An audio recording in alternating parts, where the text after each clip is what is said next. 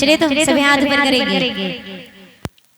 देखो ताली हो जयकारा लगाओ तभी आना चाहिए। और कहना क्या है? जय जय श्री राम, जय जय श्री राम, हर हर महादेव, हर हर महादेव, हर हर महादेव।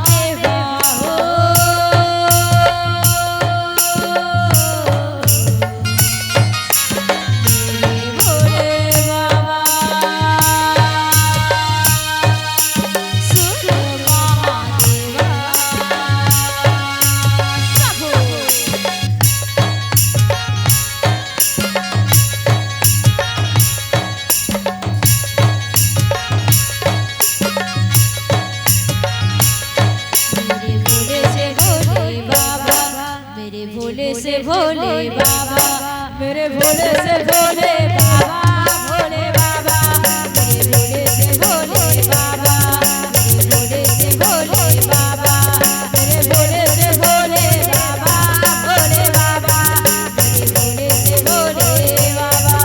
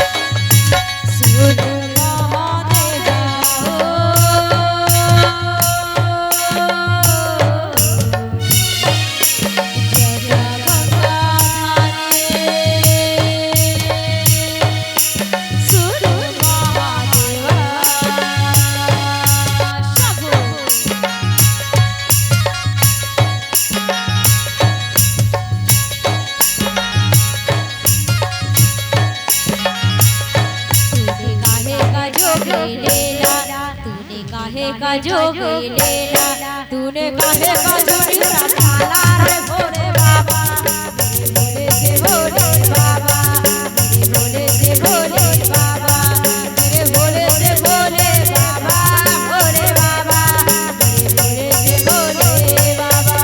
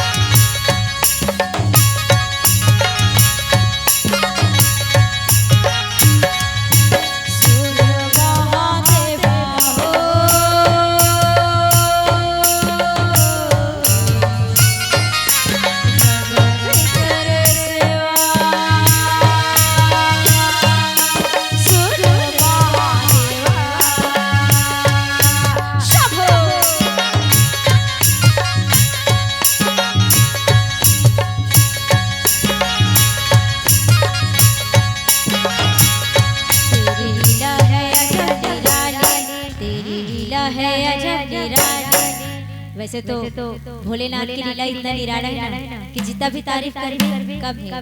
और भोले में इतना भोले दानी है कि जो भी दिल से मांगे ना वो दिल से पूरा होता है। तो वही गीतों का तारीफ उसकी कैसे करूं, मेरे शब्दों में इतना जोर नहीं। भोलेनाथ की तारीफ उसकी कैसे करूं, मेरे शब्दों में इतना जोर नहीं। और पूरी दुनिया जाकर देख लो, मेरे भोले जैसा कोई नहीं, मेरे भोले जैसा कोई नहीं, मेरे भोले जैसा कोई नहीं। तो उठाएंगे जरा हाथ, एक साथ सभी उठाएंगे। जितने भी भोले बाबा को मानते हैं ना, सभी हाथ ऊपर करेंगे एक साथ और कहेंगे क्या, मेरे भोले से भोले बाबा।